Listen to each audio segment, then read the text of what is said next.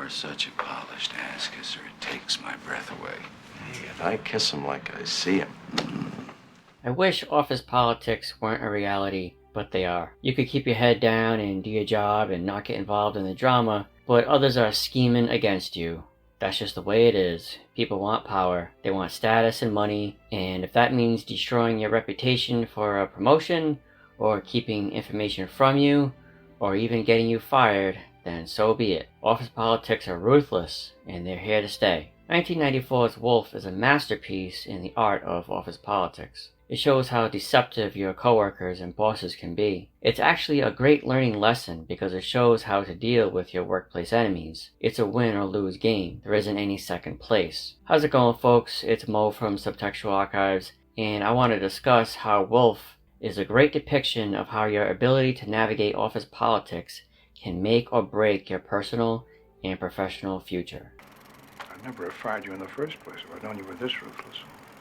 Thank you. Now, as someone who has benefited and suffered from office politics myself, I recognize how the game is played. In the simplest of terms, you're either predator or prey. If you think of it that way, you'll recognize the signs from others and will give you a leg up to strategize. From the moment you walk onto a job, you are being judged on everything you say and do, from what you do during downtime, such as talk with coworkers about movies, or take on extra tasks outside of your assigned job role, to who you sit with at lunch. Believe me, your coworkers and your bosses are watching you. They all want to, at the very least, keep their job, and at the most, rise the corporate ladder. We see this happen to Will Randall. Played by the iconic Jack Nicholson, Will is a passive, non-assertive man. He's an editor-in-chief of a publishing house who worries about the company's takeover. When companies are bought out, employees are typically replaced with fresh faces, and job roles are sometimes merged with other roles to reduce salary costs, or sometimes job roles and departments are removed altogether. If Will's concern about the takeover isn't bad enough, he discovers that his protege has usurped him. This weasel, Stuart, played by James Spader,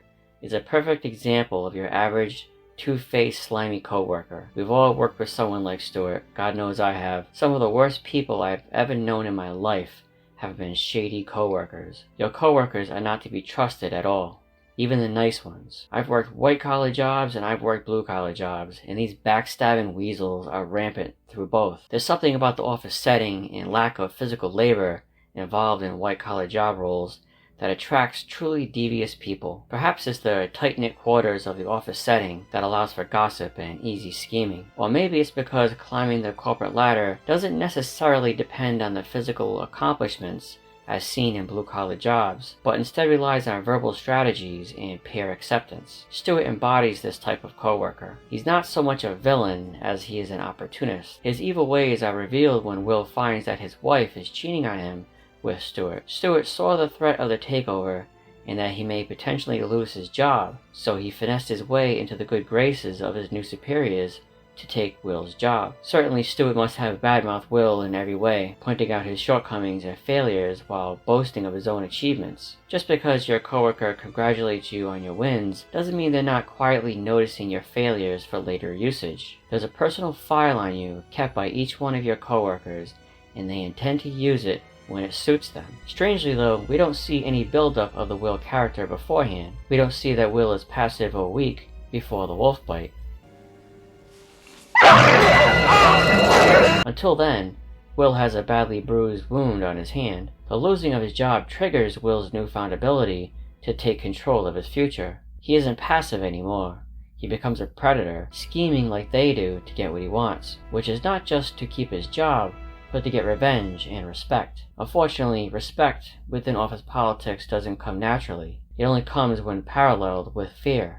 Only his secretary Mary and his underling Roy truly respect Will. They claim that if Will is let go, they'll follow. They don't need to fear Will to respect him. They genuinely like him. Mary even mentions that Will's aggressive tactics are long overdue. Is the worm turning, Mr. Randall? The worm is turned and is now packing an Uzi, Mary. It's about fucking time, sir. Perhaps the best scene is when Will renegotiates his contract with Mr. Alden. Alden has no shame when it comes to being ruthless. Successful people usually don't.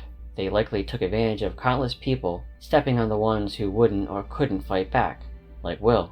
Alden even tells Will to his face that he's glad he let him go because Will's a nice guy. I mean, imagine being told that That is pure ruthlessness.